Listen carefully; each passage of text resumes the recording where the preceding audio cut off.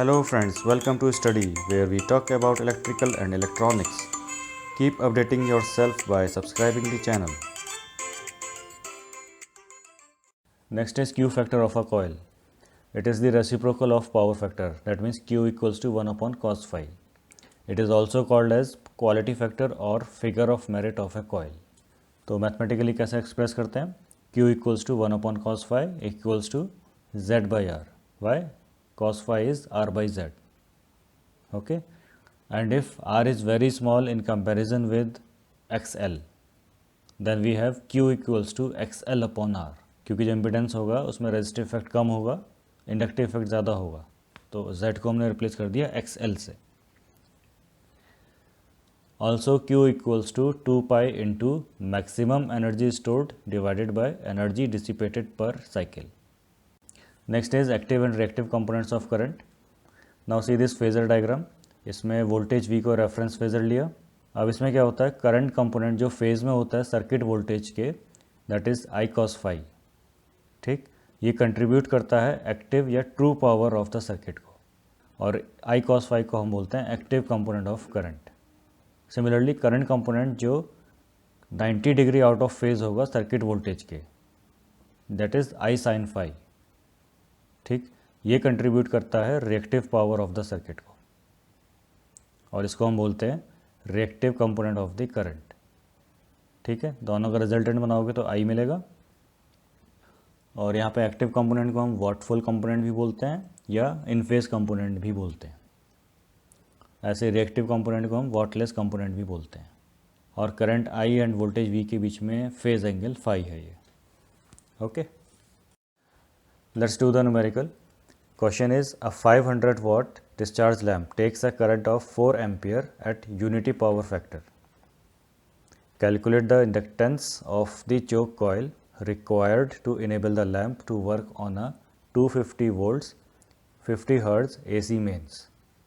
Okay, तो यहाँ पे सप्लाई की वैल्यू दे दी हमें 250 वोल्ट्स और फ्रीक्वेंसी है 50 हर्ट्ज़. ठीक है, और क्या दिया हुआ है यहाँ पे, डिस्चार्ज लैम्प है. ठीक है, उसकी पावर दी है 500 वाट्स, करंट है 4 एम्पियर और पावर फैक्टर कितनी है 1. तो ये लैम्प के बारे में डिटेल्स मिल गई. फाइंड क्या करना है, inductance of the choke coil.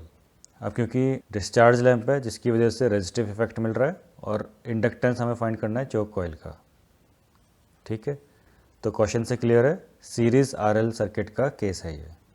तो मैं डिस्चार्ज लैम्प के लिए वोल्टेज रेटिंग फाइंड कर सकता हूँ जो मेरे लिए रेजिस्टिव वोल्टेज ड्रॉप का काम करेगा. ओके, तो finding voltage rating of lamp as VR equals to P upon I equals to 500 upon 4 equals to 125 volts. Now inductance find करना है चोक कॉइल का. तो let's say the inductance for a choke coil be L henry. उसके across voltage drop कितना होगा, VL equals to I into XL. This equals to I into 2 pi F into L equals to 4 into 2 pi into 50 into L. Okay, so VL is 400 pi L volts. तो अब यहाँ पे मुझे VR की value पता हो गई, VL की वैल्यू पता हो गई. और एक बात का ध्यान रखना है आपको, जब भी आपको क्वेश्चन से पता चल जाए कि कौन सा सर्किट है, तो उस सर्किट के अकॉर्डिंगली फेज़र डायग्राम ज़रूर बनाओ. उससे क्या होता है, कैलकुलेशन करने में और इजीनेस हो जाती है. ठीक है, as we know this is the phasor diagram. Here the value of V is 250 volts. Right, now I can use the Pythagoras theorem. We get V square equals to VR square plus VL square. Then 250 square equals to 125 square plus 400 pi L whole square. This gives you 400 pi L whole square equals to 250 square minus 125 square. Solving this, we get 400 pi L equals to 216.506. Then L equals to 216.506 divided by 400 pi, and this gives you the value as 0.1723 Henry. Next question is, when resistor and an inductor in series are connected to 240 volts 50 Hz AC mains, a current of 3 ampere flows lagging 37 degree behind the supply voltage, while the voltage across the inductor is 171 volts determine the resistance of the resistor and the resistance and reactance of the inductor. Draw the phasor diagram of the circuit. Okay तो यहाँ पे check करो, question में एक resistor दिया हुआ है और एक इंडक्टर दिया हुआ है. तो लेट्स से रेजिस्टर की वैल्यू हमने R एज्यूम कर ली एंड इंडक्टर में रेजिस्टेंस एंड इंडक्टेंस की value R1 and L1 assume कर ली. और क्योंकि गिवन है क्वेश्चन में कि रेजिस्टर एंड इंडक्टर सीरीज़ में कनेक्टेड हैं, तो सर्किट डायग्राम क्या बनाएंगे, इस तरह से बनेगा. ओके और क्योंकि ऑलरेडी गिवन है voltage across the inductor is 171 volts, so we have V1 equals to 171 volts और करंट कितना फ्लो हो रहा है 3 एम्पियर एंड सप्लाई वोल्टेज कितनी है 240 volts. Frequency is 50 hertz and you can see in this question current is lagging 37 degree behind the supply voltage. ठीक, तो as I told you सबसे पहले फेजर डायग्राम बना लो इसका. ओके सो फेजर डायग्राम कैसे बनेगा इसका, करंट कांस्टेंट है तो रेफरेंस फेजर क्या बनेगा, current I.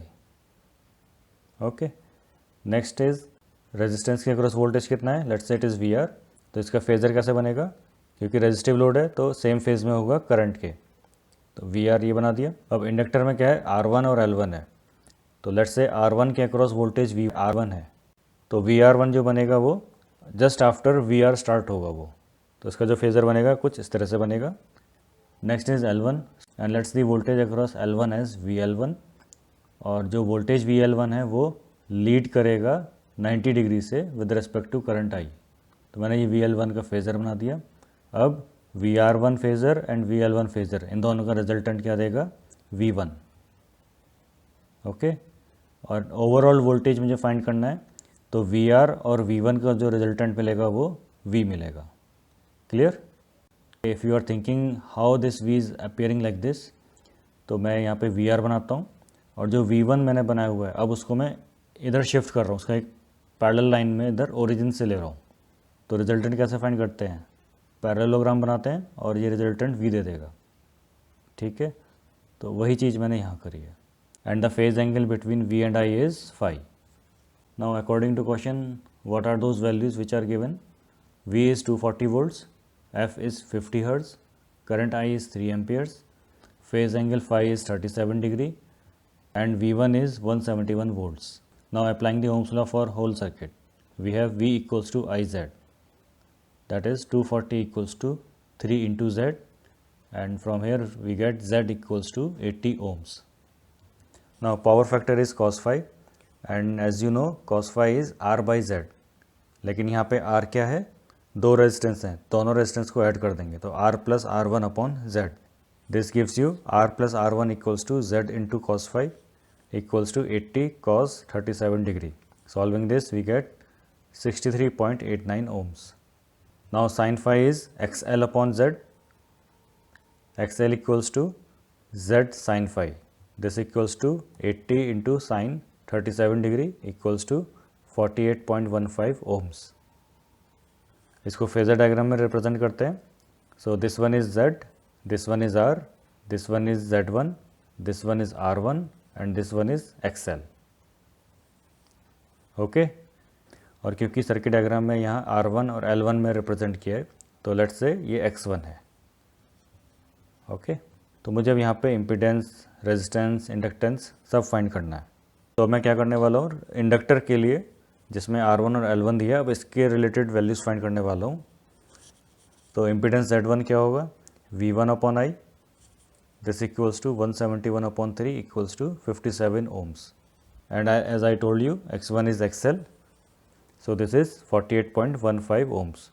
Now applying Pythagoras theorem, Z1 square equals to R1 square plus X1 square. So R1 square equals to Z1 square minus X1 square equals to 57 square minus 48.15 square.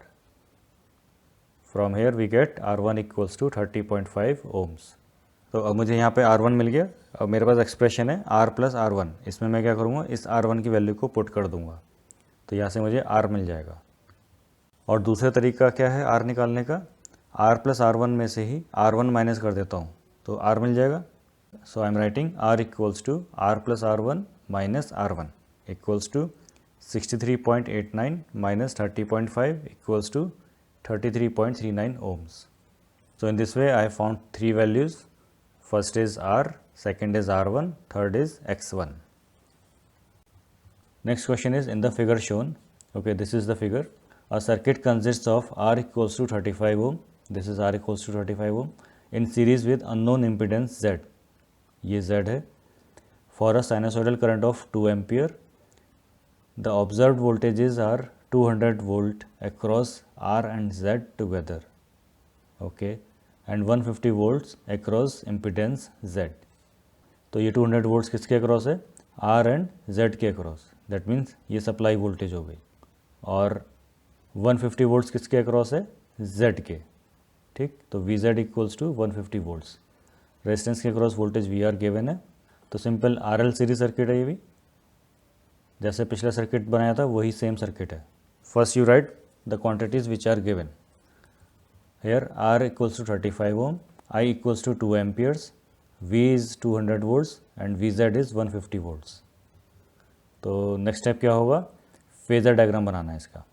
Series RL circuit, current I reference phasor होगा. अब resistance check करो. R resistance है तो उसका VR बनाएंगे. R1 resistance है उसका VR1 बनेगा जस्ट आफ्टर VR.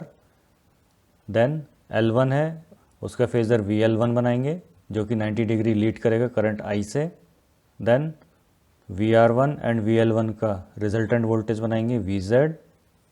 ठीक, उसके बाद VR एंड VZ का रिजल्टेंट वोल्टेज बनेगा कैपिटल V और एंगल बनेगा V एंड I के बीच में phi. Okay, and let's say angle between VL1 and I is theta. Now see in this diagram, resistance R equals to 35 ohms. यहाँ पे voltage VR है तो इसमें मैं वोल्टेज VR फाइंड कर सकता हूँ क्योंकि करंट 2 एम्पियर दिया हुआ है. तो VR इक्वल्स टू क्या होगा? I into R equals to 2 into 35 equals to 70 volts. Previous question में क्या था? VR1 और VL1 दोनों गिवन थे, VZ गिवन नहीं था. यहाँ पे VZ गिवन है, VR1 VL1 गिवन नहीं है. ठीक है, तो यहाँ पे अप्रोच थोड़ी सी चेंज हो जाएगी. मैं यहाँ पे फेज़र फिर से बना रहा हूँ. ये VR है, ये VZ है. इन दोनों के बीच का एंगल थीटा है. ओके, और रिजल्टेंट वोल्टेज V बना दिया. और आपने पहले भी कहीं पढ़ा होगा वेक्टर थ्योरी या वेक्टर फील्ड में कि दो वेक्टर्स हैं A और B, उनके बीच का एंगल थीटा है और रिजल्टेंट फाइंड करना है मुझे R. तो फॉर्मूला क्या है उसके लिए? R square equals to A square plus B square plus 2AB cos theta. Right, so same formula we can apply here as V square equals to VR square plus VZ square plus 2VR VZ cos theta. So we get 200 square equals to 70 square plus 150 square plus 2 into 70 into 150 into cos theta. So after calculating this expression we get cos theta equals to 0.6. Also we know that cos theta equals to R1 upon Z. This is from phasor diagram. Okay, so let's find the VZ. VZ equals to I into Z. 150 equals to 2 into Z. Z becomes 75 ohms. Now we have the value of Z. Putting this value in the expression of cos theta, so we get R1 equals to Z cos theta equals to 75 into 0.6 equals to 45 ohms. Now from phasor diagram, Z square equals to R1 square plus X1 square. So X1 square equals to Z square minus R1 square equals to 75 square minus 45 square.